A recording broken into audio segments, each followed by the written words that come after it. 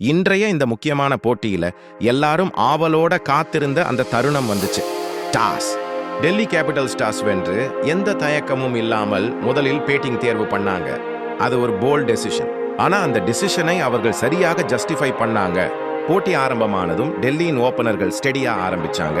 அதுக்கப்புறம் மிடில் ஓவர்ஸ்ல அவர்கள் வேகம் கூட்ட ஆரம்பிச்சாங்க. பவுண்டரி 6. ரன் ரேட் ஒவ்வொரு ஓவருக்கும் மேலே போயிட்டே இருந்தது.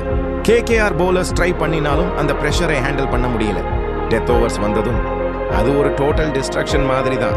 Big shots, massive sixes, crowd முழுக்க உற்சாகம். இறுதியில டெல்லி 200 ரன்கள் அடிச்சு ஒரு சேலஞ்சிங் டார்கெட் செட் பண்ணியது. இப்போ எல்லாரோடும் கவனம் கேகேஆர் மேல்.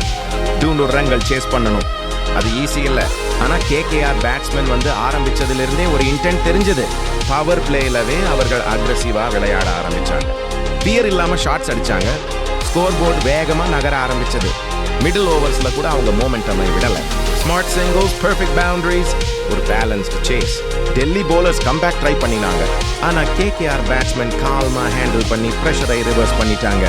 போட்டியின் லாஸ்ட் ஓவர்ஸ் டென்ஷன் பீக்கு போயிட்டுச்சு. ஃபேன்ஸ் எல்லாரும் சீட் எட்ஜ்ல. ஒரு சைடு டெல்லி கம்பேக் எதிர்பார்ப்பு, மற்றொரு சைடு கேகேஆர் ஃபினிஷ் பண்ணுவாங்களா என்ற சஸ்பென்ஸ். ஆனா கேகேஆர் என்ன பண்ணுச்சுன்னா ஃபுல் கான்ஃபிடன்ஸோட, ஃபுல் பவரோட அந்த டார்கெட்டை சேஸ் பண்ணி முடிச்சாங்க.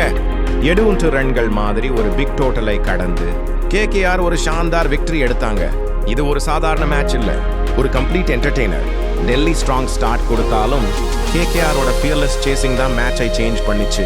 இன்றைய நாள் கேகேஆர் ஃபேன்ஸ்க்கு ஒரு அன்ஃபர்கெட்டபிள் மோமெண்ட். இதுதான் கிரிக்கெட். லாஸ்ட் வரை யாரு ஜெயிக்க போறாங்கன்னு சொல்ல முடியாத ஒரு கேம்.